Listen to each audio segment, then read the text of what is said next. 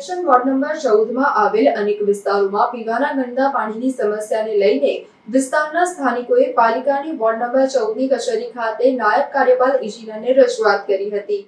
વડોદરા શહેરમાં છેલ્લા ઘણા દિવસોથી પીવાનું પાણી ગંદુ આવી રહ્યું છે, જેને લઈ વડોદરા શહેરની પ્રજા હેરાન પરેશાન છે, તો સાથે એક બાજુ રોગચાળાની ભીતિ સેવાઈ રહી છે, ત્યારે નાગરિકો આ ગંદુ પાણી પીવા મજબૂર બન્યા છે। વડોદરા મહાનગરપાલિકા સ્માર્ટ સિટીની વાતો કરે છે, પરંતુ તે કાગળ પર જ હોય તેવું સામે આવી રહ્યું છે।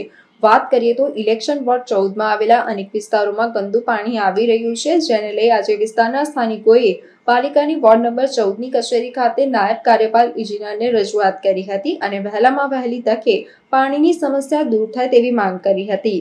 અત્રે ઉલ્લેખનીય છે કે આ મામલે નાયબ કાર્યપાલ ઇજનેર જણાવ્યું હતું કે વાડી વિસ્તારમાં ગંદુ પાણી આવી રહ્યું છે, જે પીવા લાયક પણ નથી। અમે પાણી પુરવઠા સાથે સંકલન કરી આ બાબતનું નિરાકરણ લાવીશું।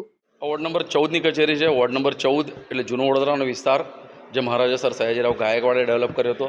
જે તે વખતે સારી ગટર વ્યવસ્થા, સારી પાણીની વ્યવસ્થા, સારા રોડની વ્યવસ્થા સાથે આ શહેર ઊભું કરવામાં આવ્યું હતું, પરંતુ આજની પરિસ્થિતિ એવી છે કે વાડી જે જૂનો વિસ્તાર કહેવામાં આવે છે એ વાડી વિસ્તારમાં પહેલી પોળકો, છેલ્લી પોળકો, બકરી પોળકો, દરેક વિસ્તારમાં નાલબંધવાળા છે, દરેક વિસ્તારમાં આવું ગંદુ પાણી એક મહિનાથી આવી રહ્યું છે।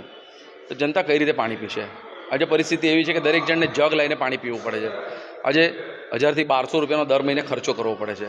આજે દર વર્ષે તમને વેરો આપીએ છીએ।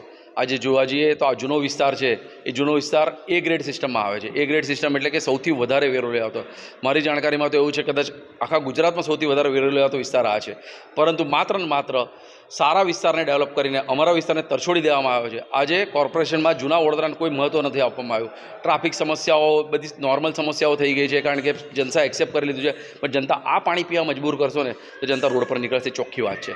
આજે જનતાને માત્ર ને માત્ર તમારી એવી આશા છે કે સારા રોડ રસ્તા, ગટર અને પાણીની વ્યવસ્થા આપો। તમે એમાં પણ નિષ્ફળ ગયા છો। શેની સ્માર્ટ સિટી? શેની સ્માર્ટ સિટીની વાત કરો? આ સ્માર્ટ સિટી છે? આ સ્માર્ટ વોટર જે પેલું આલ્કલાઇન વોટર આવે છે ને અમુક વખતે કાળું, એના જેવું પાણી આપવા માગે છે, પરંતુ આમાં ગટરની ગંદકી છે, એ પીવા માટે મજબૂર કરી રહ્યા છો। આજે અમને સયાજી સિટીની જરૂર છે। મહારાજા સયાજીરાવ ગાયકવાડે જે સિટી આપી હતી, ચોખ્ખું પાણી, ચોખ્ખી ગટર વ્યવસ્થા અને ચોખ્ખા રોડ, એની માંગણી અમે કરી રહ્યા છીએ। આજે વોર્ડમાં એન્જિનિયર સાહેબને અમે એ જ રજૂઆત કરી છે। એન્જિનિયર સાહેબે બાંહેધરી આપી છે ગુરુવાર સુધી તે એક્શન લેશે અને એ ગુરુવાર સુધી પ્રોબ્લેમ સોલ્વ કરશે। જો આ પ્રોબ્લેમ નહીં સોલ્વ થાય તો જનતા જાતે જાહેરમાં રસ્તા પર ઉતરશે, કારણ કે આવું પાણી પીને નાના ભૂલકાઓ જેમના ઘરમાં છે, જે લોકો સ્કૂલે જાય છે, એ આવું પાણી પીવા મજબૂર છે। અને એમાં ફટકડી નાખીને થોડું ચોખ્ખું કરી લે છે, પણ ઉપરના જે પાણી રહે છે એમાં કેટલાય કેમિકલ્સ રહે છે, કેટલી ગંદકી રહે છે, એ પાણી પીને જો છોકરાઓ મોટા થશે, આપણું આગળનું ભવિષ્ય કેવું થશે? આજે પરિસ્થિતિને જાણવાની બહુ જ જરૂર છે કે જો પાણી તમે સારું ના આપી શકતા હોય તો 6 મહિના પછી કોર્પોરેશનનું ઇલેક્શન છે, જનતા જાગી ગઈ છે, આ જ પાણી તમને પીવડાવશે અને તમને ઘરે મોકલશે। આવનારા દિવસોમાં ભારતીય જનતા પાર્ટીની હાર નિશ્ચિત દેખાતા તે લોકો કામ નથી કરી રહ્યા, પરંતુ અમે અધિકારી પાસે અપીલ કરીએ છીએ, અધિકારી પાસે આશા રાખીએ છીએ કે આ પબ્લિકને આવું પાણી ના પીવા મળે એવી જાહેરમાં તકેદારી લે।